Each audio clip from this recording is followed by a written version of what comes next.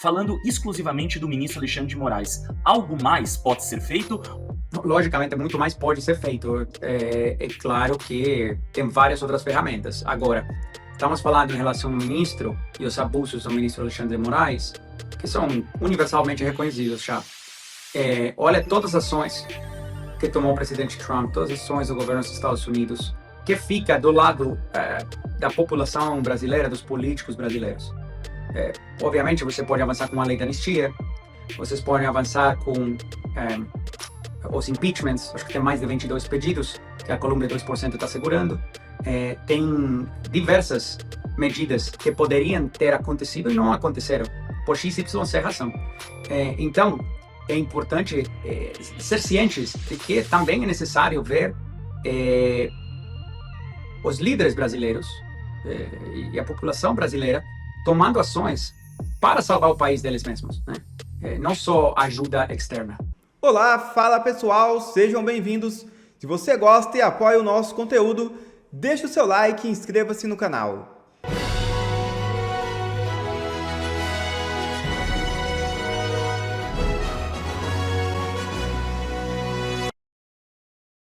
Brasília em ebulição. Prisão de Bolsonaro transforma PF em ponto de mobilização da direita. É isso mesmo. A prisão do ex-presidente Jair Bolsonaro, decretada em regime fechado, provocou um efeito contrário ao desejado pelo sistema político-jurídico, que tentou silenciá-lo. Longe de desmobilizar a sua base, a decisão acendeu um estopim que colocou Brasília em ebulição desde as primeiras horas após a sua prisão, evidenciando a força da liderança de Bolsonaro. A sede da Superintendência Regional da Polícia Federal no setor policial sul se transformou rapidamente em um ponto espontâneo de concentração da direita brasileira, um verdadeiro campo de resistência. A cada hora, mais apoiadores chegam. Famílias com bandeiras, cidadãos revoltados, lideranças políticas indignadas e influenciadores de todo o país convergem para o local. A mensagem é clara: a prisão, vista como injusta e desproporcional, se tornou o maior símbolo de união da direita desde 2022. Bolsonaro, segundo aliados próximos, enfrentam não apenas privação da liberdade, mas também um quadro de saúde delicado. As crises persistentes de soluços que há anos atormentam o ex-presidente se agravaram nas últimas semanas, gerando episódios de dor intensa e desconforto. Para contê-las, Bolsonaro tem recebido medicamentos fortes, conhecidos por produzirem efeitos colaterais severos, incluindo episódios de alucinações e confusão mental. A percepção entre os seus apoiadores de que o sistema não só persegue politicamente, mas também o expõe de teorização física e emocional no momento de fragilidade. Essa combinação, prisão, sofrimento e sensação de injustiça, tem inflamado ainda mais os protestos. Para a direita, o episódio representa um tiro pela culatra. Ao tentar isolar Bolsonaro, o sistema catalisou uma mobilização que estava adormecida, reacendendo o sentimento de revolta contra decisões consideradas arbitrárias e politizadas. Parlamentares da oposição já se articulam para acompanhar a situação de perto e Brasília se prepara para uma noite tensa, com o país inteiro acompanhando. A prisão de Bolsonaro deixou de ser apenas um ato judicial, virou um movimento político que promete discussões profundas na disputa pelo futuro do Brasil.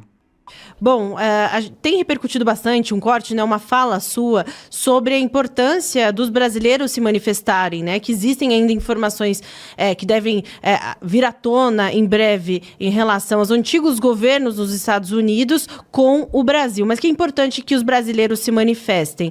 Aqui no nosso chat a gente tem visto a opinião das pessoas, alguns dizem realmente o pessoal tem que ir para as ruas, outros dizem eu não quero ir porque eu sei que não vai dar em nada, e ainda tem aqueles que dizem eu tenho medo de ir. Alguns têm medo, inclusive, de se posicionar nas redes sociais, os motivos todos nós conhecemos muito bem. Como o senhor tem visto esse cenário? É o medo que tem imperado e que tem feito as pessoas não irem para as ruas, já que já foram para as ruas por muito menos aqui no Brasil? Sim, é uma situação delicada. Eu não posso estar me posicionando e tentando interpretar as razões pelas quais uma coisa ou outra acontece ou deixa de acontecer, né? Mas o que é claro é que medo sempre acontece, tem mais que suficientes razões para ter medo, então isso está amplamente justificado o fato de ter medo, mas, eventualmente, o medo tem que ser superado, dependendo do que está acontecendo. Porque se o medo não é superado, você fica pedindo para um governo estrangeiro resgatar o país, salvar o país, que é o que tem estado acontecendo. E a verdade é que, na minha opinião, os Estados Unidos não podem salvar o Brasil se os brasileiros não estão dispostos a salvar o Brasil primeiro, né? É uma situação extremamente delicada, mas, obviamente, eu acho que o presidente Trump ter feito muitas coisas que ninguém teria imaginado em relação à perseguição que está acontecendo no Brasil, à supressão da liberdade de expressão, à supressão de candidatos políticos que provavelmente a maioria das pessoas queria votar. E os Estados Unidos ter feito o que é possível e prudente, eu acho, para um país estrangeiro fazer. Sancionou quem tinha que ser sancionado, quem sabe tenha mais, é possível. Levaram as ações internacionais para chamar a atenção que estava acontecendo, né? Depois da intervenção do presidente Trump no assunto, eu acho que não ficou nenhuma pessoa no planeta Terra sem saber o que estava acontecendo com Alexandre de Moraes, os abusos sistêmicos que ele tem gerado, dos quais tem várias vítimas, uma dessas vítimas sendo Jair Bolsonaro. Então, a atenção foi ampla do mundo inteiro, mas chega também um ponto onde, para continuar escalando, é crítico entender que as pessoas que são vítimas desses abusos estão se manifestando e demonstrando que isso não é aceitável para elas, né? Então, teve protestos, sim, com certeza, mas você pode olhar ao redor do mundo, por exemplos, achar exemplos onde as pessoas se manifestaram de uma forma muito mais clara. E estou falando aqui, sempre estamos falando de questões pacíficas, né, obviamente. Mas claras como, por exemplo, na Argentina, faz pouco tempo, os Estados Unidos fez tudo o possível para chamar a atenção do que estava acontecendo, brindar apoio, etc. Mas o público argentino também teve que fazer algo a respeito. E o público argentino saiu em massa e votou rotundamente por Milei. Isso foi agora em outubro, né? Então você tem um diálogo, um relacionamento com a população.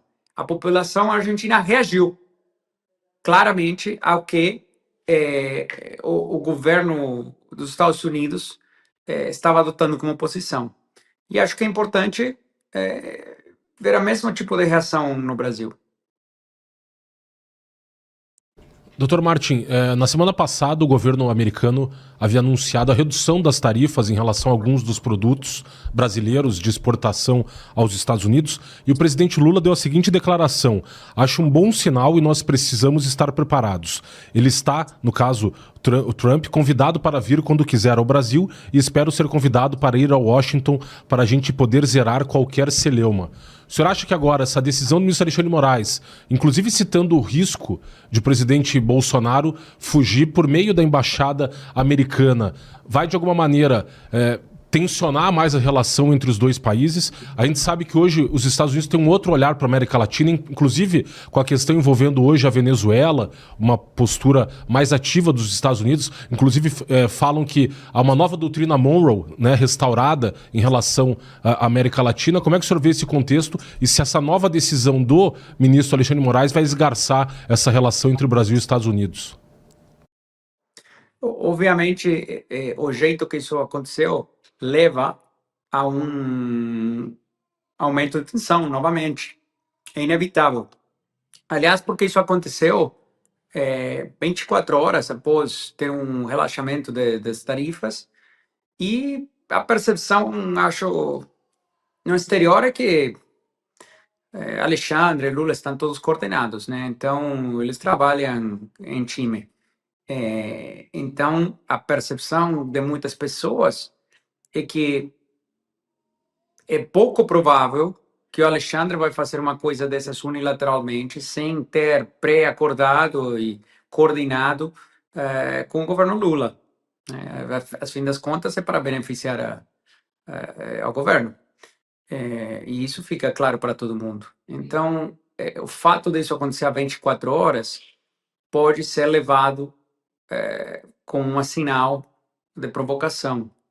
Por outro lado, sendo claros, obviamente teve algum tipo de surto do ex-presidente ou algum tipo de alteração à tornozeleira, né?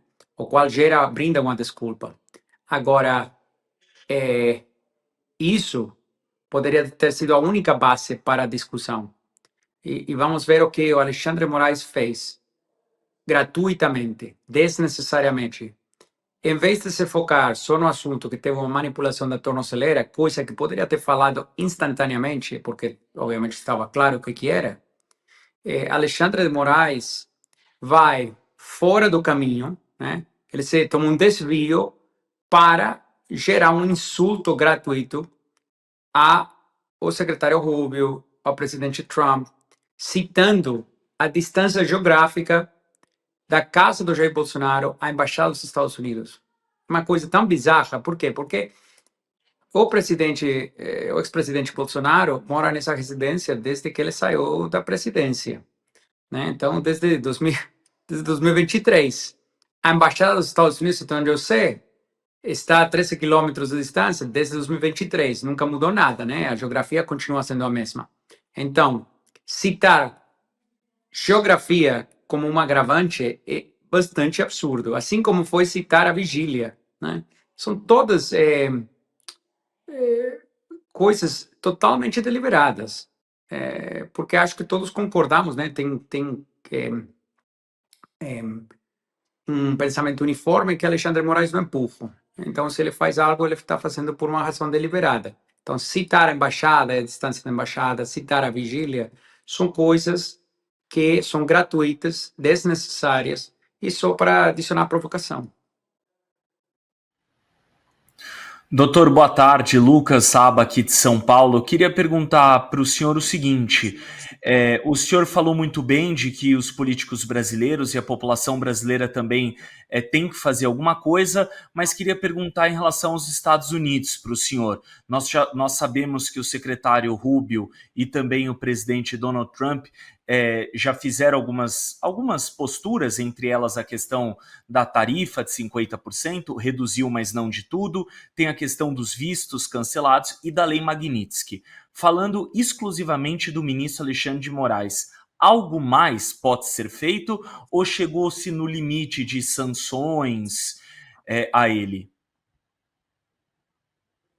Logicamente, muito mais pode ser feito. Não cabe eu especular que outras ferramentas existem, mas é claro que tem várias outras ferramentas. Agora, estamos falando em relação ao ministro e os abusos do ministro Alexandre de Moraes, que são universalmente reconhecidos já. Olha todas as ações que tomou o presidente Trump, todas as ações do governo dos Estados Unidos para chamar atenção aos abusos e tentar dar advertências. Que fica do lado da população brasileira, dos políticos brasileiros. Obviamente, você pode avançar com a lei da anistia, vocês podem avançar com os impeachments, acho que tem mais de 22 pedidos, que a Colômbia 2% está segurando. Tem diversas medidas que poderiam ter acontecido e não aconteceram, por XYZ razão. Então, é importante ser cientes de que também é necessário ver os líderes brasileiros e a população brasileira tomando ações para salvar o país deles mesmos, né? Não só ajuda externa.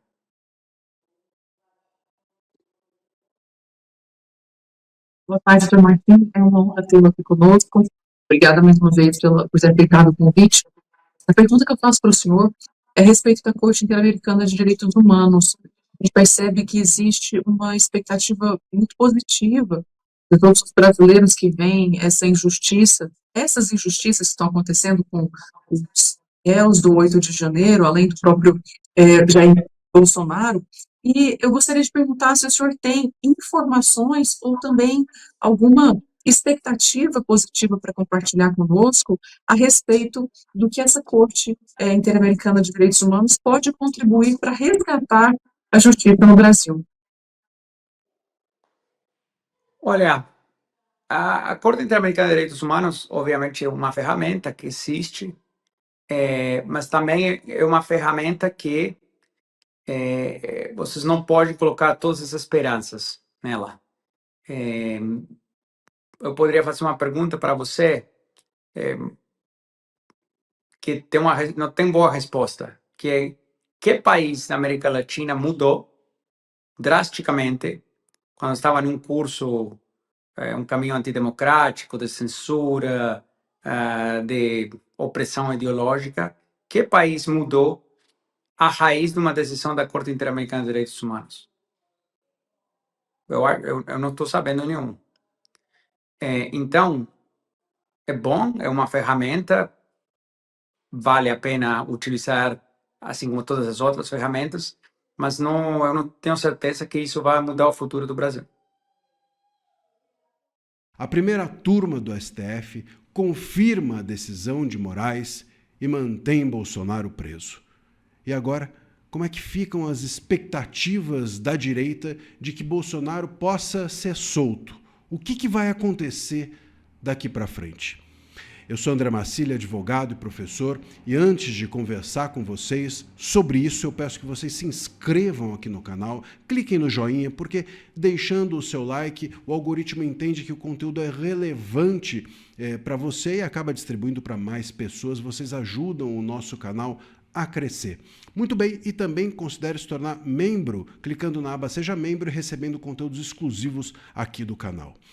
Dito isso, a primeira turma confirma, obviamente a gente já sabia disso, porque essa turma, são todos ali enturmados, a primeira turma é uma turminha, né, de políticos vestidos de toga, não é uma primeira turma de juízes. Está lá o Moraes, está lá o Dino, o Zanin, Carmen Lúcia, pelo amor de Deus, todos obviamente votam com Moraes. Aliás, um levantamento recente a respeito das decisões da primeira turma dão conta de que 95% das decisões monocráticas do Moraes são mantidas pelos seus colegas de primeira turma. Ou seja, o Moraes é o dono daquela primeira turma, praticamente. É a única cabeça ali que pensa, se é que pensar é algo que a gente possa utilizar para o caso dele. E, inclusive, é por isso que o Fux saiu dali. O Fux saiu e se sentiu aliviado de sair daquela primeira turma, porque eram políticos e não juízes vestindo toga. A questão é, como é que fica daqui para frente? Qual é a chance do Bolsonaro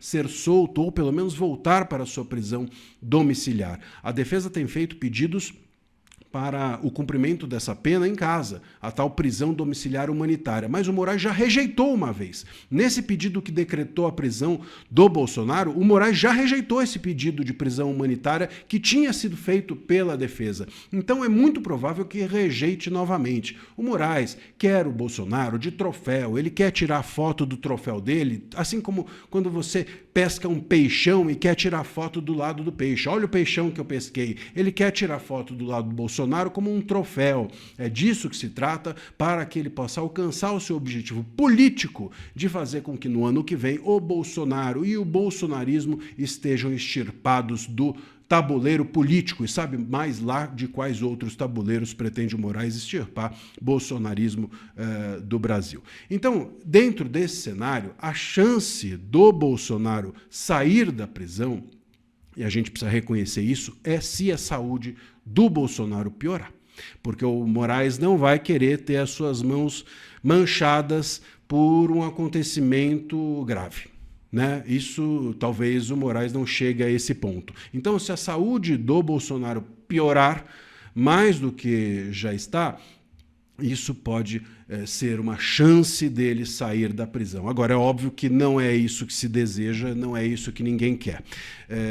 E a outra chance é de se houver uma pressão da opinião pública e da imprensa muito forte a respeito da notória perseguição política que se faz. Quem não gosta do Bolsonaro ou do bolsonarismo não consegue, mesmo quem não goste, se olhar com um olhar técnico, vai perceber que é uma perseguição política. E mesmo quem não enxergue isso, vai entender que uma pessoa com a saúde debilitada como o Bolsonaro não pode ficar preso num presídio.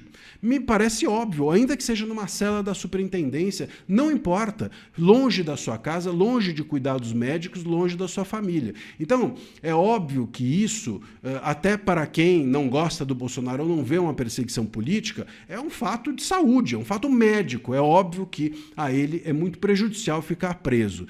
Mas o Moraes não está nem aí para isso. Então, se houver uma pressão da imprensa e uma pressão popular, talvez isso aconteça. No entanto, não tem acontecido pressão popular. Alguns políticos têm se manifestado, dizendo que vão para Brasília, etc. Mas a reação à prisão do Bolsonaro, tanto do universo político quanto da imprensa, foi muito frágil, muito fraca, muito pequena. Essa é que é a verdade, né? Então, o que me parece é que as elites, certa parte da direita que se vê como uma direita mais limpinha, vamos dizer assim, uma direita que se acha higienizada e vê o bolsonarismo como algo tosco, essa direita, né, sapatênis, vamos dizer assim, essa direita, ela enxerga o fato do Bolsonaro ser preso como uma oportunidade. É disso que se trata. E a imprensa, ou parte da imprensa, embarca nisso também. Opa, sem o bolsonarismo, talvez a gente tenha uma vida política mais tranquila, sem tanta polarização no Brasil. Sem bolsonarismo não tem polarização porque tem um lado só, né? Porque essa direita mais sapatênis, talvez ela, se você apertar, ela vota na esquerda. Então, é disso que me parece se tratar. Não há uma pressão da opinião pública ou da imprensa, porque talvez tenha muita gente que esteja achando bom o bolsonarismo ser extirpado da vida política brasileira. Então, as chances de termos uma solução para o Bolsonaro e para o bolsonarismo é muito ruim nesse momento, dentro do contexto que se apresenta, lamentavelmente.